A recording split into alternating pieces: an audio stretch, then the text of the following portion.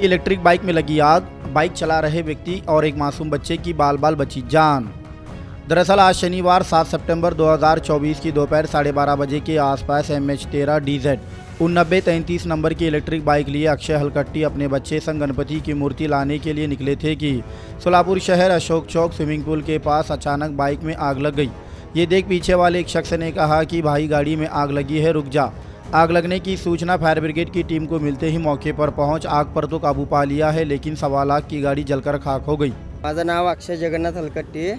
मी आत्ता आपलं अशोक चौकपासनं लहान पोराला आणि आम्हाला गणपतीला ड्रेस घेऊन चाललो होतो। आमची इलेक्ट्रिकची गाडी होती प्लूटून 7G कंपनीची। ते गाडी मी 23 महिन्याखाली घेतलेली होती।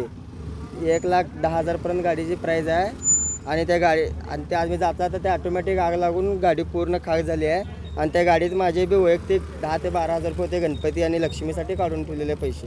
ते अचानक मित्रांना मागणे एक कोण तरुण म्हणला, "ए भैया उतरा तुमच्या गाडीला आग लागली, मागणं धूर आल्या" म्हणून म्हणला।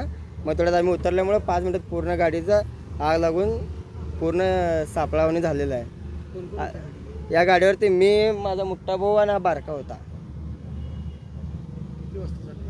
एक बघा गाडीची आत्ता 11:30 पावणे 12च्या दरम्यान झाले आत्ताचे। किंमत किती आहे गाडीची? ते गाडीची किंमत बघा 1,10,000 पर्यंत बसली आहे मला।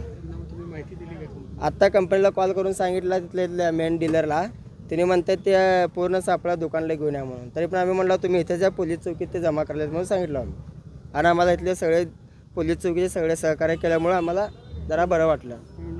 आपले अग्निशामक दलाचे बी आम्ही धन्यवाद म्हणतो, कारण तिने एक फोनवरती लगेच आले 2 मिनिटं।